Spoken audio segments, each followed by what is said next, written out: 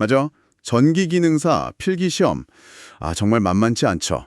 특히 혼자 공부하시다 보면 이거 뭐부터 해야 하나 좀 막막하게 느껴지는 부분들이 분명 있으실 텐데요. 그래서 오늘 저희가 여러분의 그 든든한 학습 도우미가 되어드리려고 합니다.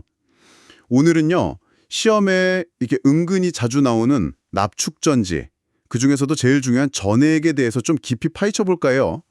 특히 저희가 참고할 자료는 여러분께서도 많이 보셨을 네이버 블로그, 전기기능사 AI 학습 노트에 올라온 그 기출문제 풀이, 요거 중심으로 한번 살펴보겠습니다.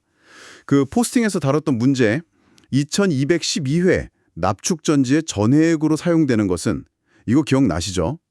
이런 문제에 솔직히 그냥 답만 묽은 황산 이렇게 외우면 금방 까먹거나 문제가 살짝만 바뀌어도 엄청 헷갈리잖아요. 맞아요. 그게 핵심이죠. 네, 왜 하필 묽은 황산인지, 그게 도대체 납축전지 안에서 무슨 일을 하는지, 그 근본 원리를 딱 이해하는 게 중요합니다. 그래야 기억도 오래가고 좀 응용된 문제가 나와도 자신 있게 풀 수 있겠죠.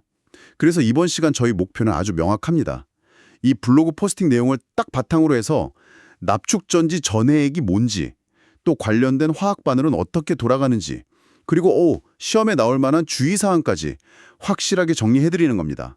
오늘 이 시간만 딱 집중하시면 적어도 납축전지 전해액에 대한 것만큼은 확실히 잡고 가실 수 있도록 중요한 정보만 쏙쏙 뽑아서 재밌게 풀어드릴게요. 자, 그럼 본격적으로 시작해볼까요? 그럼 먼저 핵심 질문이랑 답부터 다시 한번 딱 짚고 가죠. 납축전지의 전해액으로 사용되는 것은, 블로그 포스팅에서 나온 정답은 바로 묽은 황산, 화학식으로는 H2SO4였습니다. 네, 정확합니다. 전기기능사 시험에서 이 납축전지 관련 문제는요, 거의 매번 나온다고 봐도 과언이 아니에요. 그중에서도 지금 말씀하신 전해액 종류 묻는 거, 이건 기본 중에 기본이라고 할 수 있습니다. 정답은 묽은 황산, 그리고 화학식 H2SO4. 이 두 개는 그냥 세트로 반드시 기억해 두셔야 합니다. 세트로요.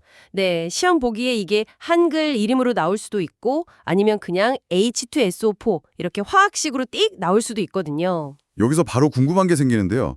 왜 그냥 황산이 아니고 묽은 황산일까요? 뭔가 특별한 이유가 있을 것 같은데요. 블로그에서도 이 묽다는 점, 그리고 비중이라는 수치, 이건 같이 언급하더라고요. 아주 좋은 질문 주셨어요. 바로 그 묽다는 점이 핵심입니다.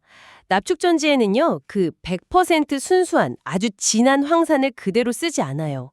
물하고 적절히 희석해서 농도를 좀 낮춘 상태, 즉 묽은 황산을 쓰는 거죠. 블로그에서 나온 것처럼 완전히 충전된 상태의 납축전지 전해액은 비중이 대략 1.28에서 1.30 정도 됩니다. 1.28에서 1.30이요? 네, 이게 온도에 따라서 약간 변동은 있을 수 있는데 보통 시험에서는 그 1.30이라는 숫자를 기준으로 기억해 두시면 좋습니다. 이때 황산 농도는 무게 기준으로 따지면 한 38%에서 40%, 그 정도 수준이 됩니다. 비중이 1.30이고 농도가 약 40%. 생각보다는 뭐랄까 아주 묽은 건 또 아니네요. 근데 그럼 왜 순수한 황산은 안 쓰는 걸까요? 그게 반응이 더 강력하지 않을까요? 첫째는 아시다시피 순수한 황산은 굉장히 부식성이 강하고 다루기가 너무 위험해요. 둘째는 너무 진한 황산은 오히려 그 전극 물질하고 반응을 좀 방해하거나 전극 자체를 손상시킬 수도 있고요.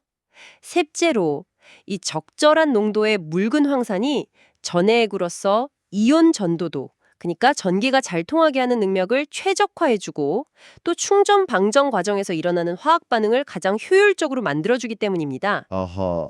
그래서 이 비중 1.30이라는 값은 결국 납축전지의 성능하고 수명을 다 고려했을 때 가장 적합하게 딱 설정된 값이다, 이렇게 보시면 됩니다.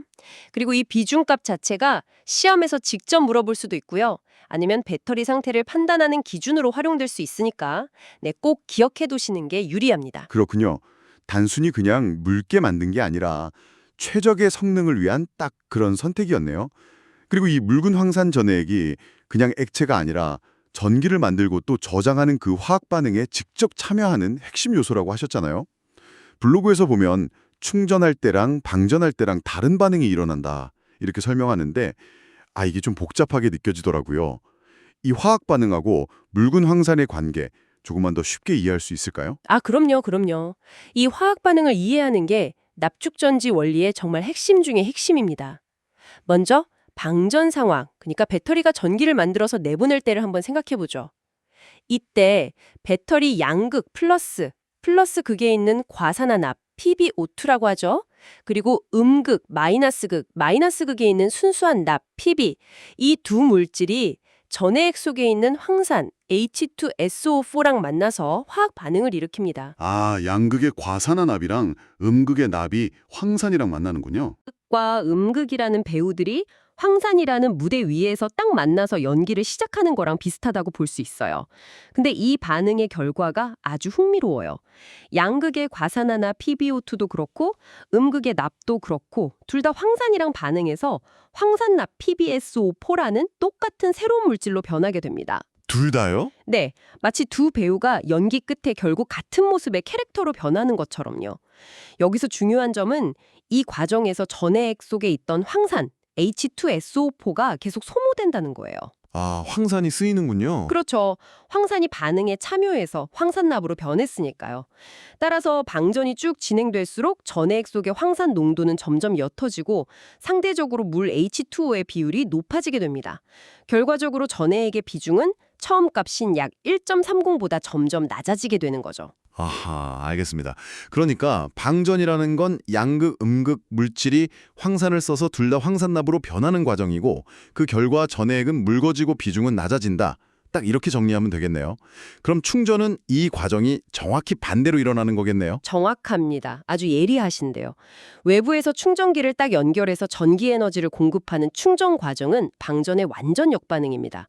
방전 때 만들어졌던 그 황산납 PbSO4가 다시 원래 상태로 되돌아가는 과정이죠.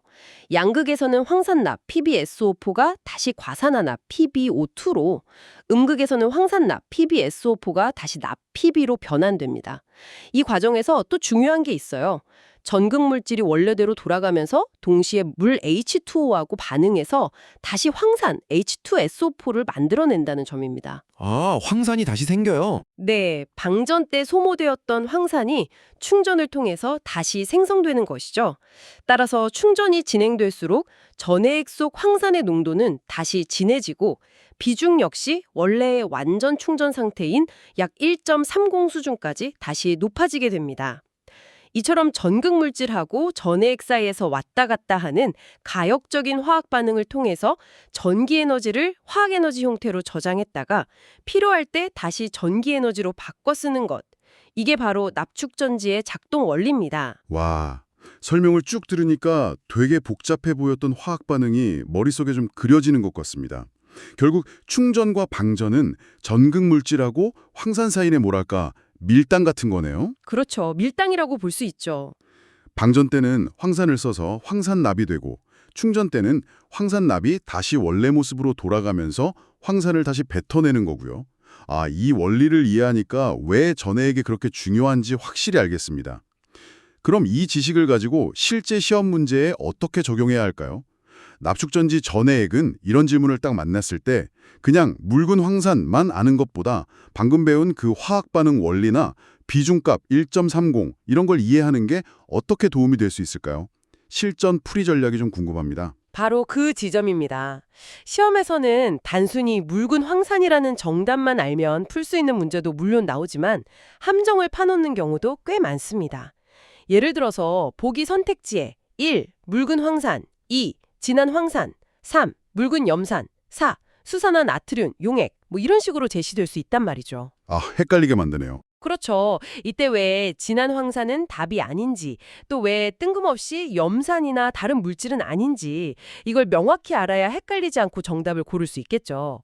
진한 황산은 아까 설명드렸듯이 사용하지 않고요. 묽은 염산 HCl이나 수산화 나트륨 NaOH 용액 같은 것들은 납축전지의 전극 물질하고 필요한 화학 반응 자체를 일으키지 못합니다. 따라서 납축전지의 충방전 원리를 이해하고 있다면 이건 묽은 황산 H2SO4밖에 답이 될 수 없구나. 이걸 확신할 수 있는 거죠. 또한 비중값 약 1.30 이걸 기억하고 있다면 예를 들어서 완전 충전 시 납축전지 전해액의 비중으로 가장 적절한 것은 뭐 이런 질문에도 바로 답할 수 있게 됩니다. 그리고 문제에서 묽은 황산이라는 한글 이름 대신에 화학식 H2SO4를 직접 물어보는 경우도 상당히 많습니다. 빈번해요. 화학식을요? 네. 따라서 H2SO4라는 화학식 자체를 눈에 익혀두고 암기하는 것이 필수적입니다. 이 문제는 V-니콜 IR 같은 공식을 써서 계산하는 그런 전기 회로 문제가 아니라요. 납축전지라는 특정 장치의 화학적인 구성 요소 그리고 작동 원리에 대한 지식을 묻는 문제입니다. 따라서 이 유형의 문제에 대비하는 가장 효과적인 전략은 핵심 키워드인 묽은 황산, 화학식 H2SO4, 그리고 주요 특징, 비중 약 1.30, 이걸 중심으로 충방전 원리랑 같이 명확하게 이해하고 암기하는 것입니다. 그렇군요. 계산 문제는 아니지만 화학식이랑 주요 특징 값을 정확히 아는 게 함정을 피하고 정답을 맞히는 열쇠다. 이 말씀이시네요? 네, 확실히 이해했습니다. 그런데 블로그 포스팅 마지막 부분 보니까 주의사항도 몇 가지 언급되어 있더라고요. 과충전 그리고 과방전 여기에 대한 내용이었는데 혹시 이런 안전이나 관리 관련 내용도 시험에 나올 수 있나요? 네, 그럼요. 당연히 나올 수 있습니다. 전기 분야 자격 시험에서는 안전 관련 규정이나 장비의 올바른 사용법, 관리 방법 이런 것에 대한 이해를 묻는 문제가 반드시 출제됩니다. 특히 납축전지는 우리 주변에서 굉장히 흔하게 사용되지만 잘못 다루면 위험할 수 있기 때문에 관련 주의사항은 시험 출제 가능성이 꽤 높다고 봐야 합니다. 블로그에서 지적한 대로 과충전하고 과방전은 정말 반드시 피해야 합니다. 먼저 과충전. 이건 말 그대로 배터리가 완전히 충전이 다 됐는데도 계속해서 전기를 공급하는 상태를 말하는 거죠. 이렇게 되면 더 이상 화학 반응을 통해서 에너지를 저장할 수가 없게 되고 남아도는 그 전기 에너지가 엉뚱한 데 쓰이게 됩니다. 엉뚱한데요? 네, 바로 전해액 속에 있는 물, H2O를 전기분해하는 데 사용되는 거죠. 물이 전지분해되면 양극, 플러스에서는 산소가스, O2가 나오고 음극, 마이너스에서는 수소가스, H2가 발생합니다.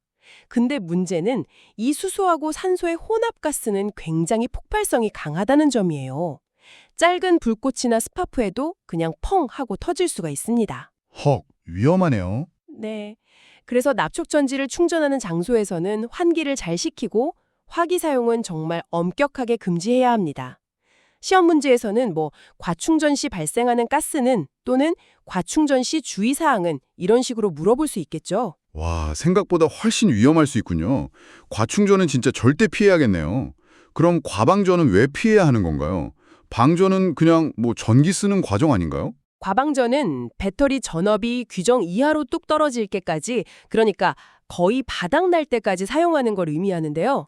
물론 전기를 쓰는 과정이지만 너무 깊게 방전시키는 걸 반복하거나 아니면 방전된 상태로 너무 오래 방치하는 게 문제입니다.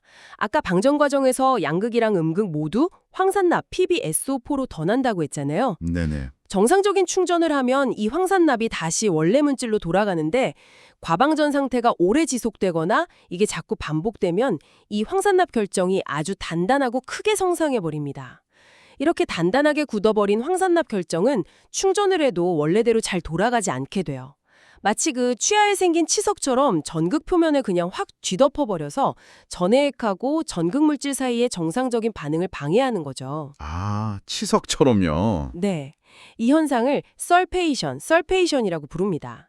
이 설페이션이 심하게 진행되면 배터리 용량이 확 줄어들고 내부 저항이 증가해서 결국 배터리 성능이 영구적으로 저하되고 수명이 급격히 단축됩니다. 따라서 배터리를 너무 혹사시키지 않고 적절한 시기에 충전해주는 그런 관리가 중요합니다.